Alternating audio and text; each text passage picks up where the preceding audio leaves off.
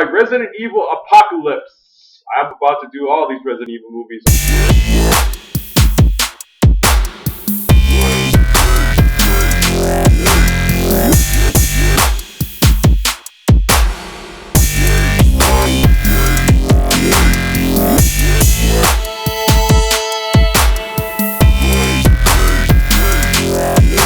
Okay, Resident Evil Apocalypse. It takes place right after Resident Evil, the original one, released in 2004.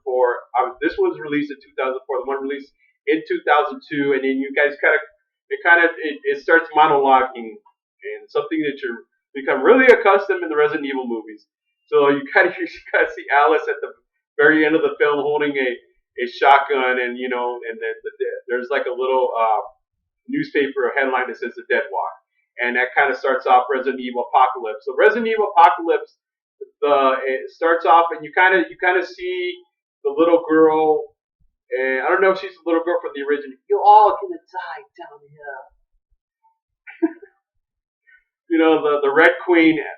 Okay, so it starts off where you see Alice wake up. She doesn't know where she is again. Okay, and then you see the Umbrella Corporation go down into the hive and try to find out what's going on. And of course, the zombie dog attacks.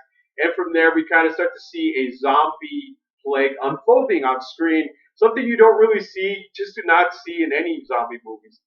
Honestly, I don't think I've ever seen a zombie plague unfold from the beginning of the infection, except maybe that one show they got right now, Fear the Walking Dead.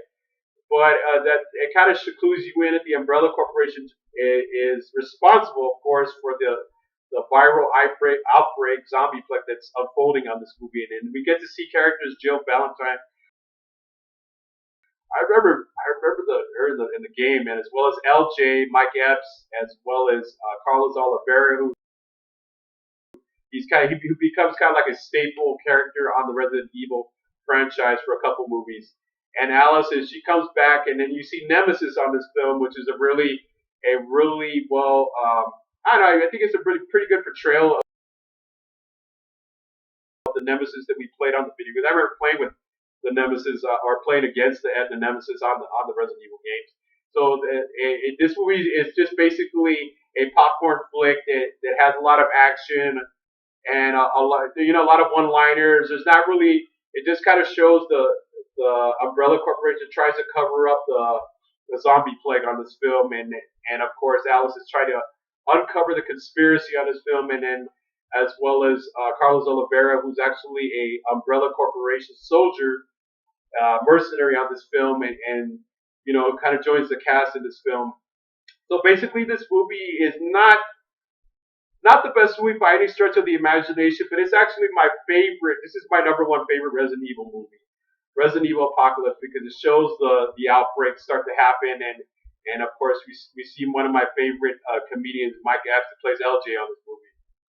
And this movie has a couple humorous spots here and there, but it's really, and we get to see a little bit more of the character who plays the Red Queen on the original Resident Evil movie, as well as the doctor who develops the T virus. We see that, of course. They actually try to bring some kind of explanation for what was going on.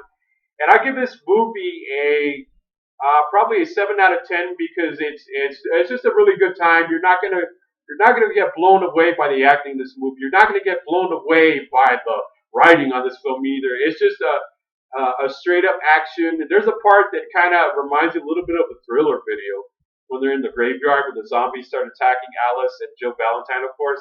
And I love that part. I really do. I really like that part. It's my favorite part of the movie. So, okay, Resident Evil. Okay, Apocalypse. Have you seen this movie? If you haven't, go check it out, man. It's definitely worth your time.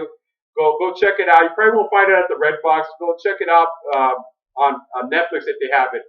And okay, if you like this video, share this video, comment on this video as well. Subscribe to the FilmView Network, and I'll be back with the next Resident Evil movie.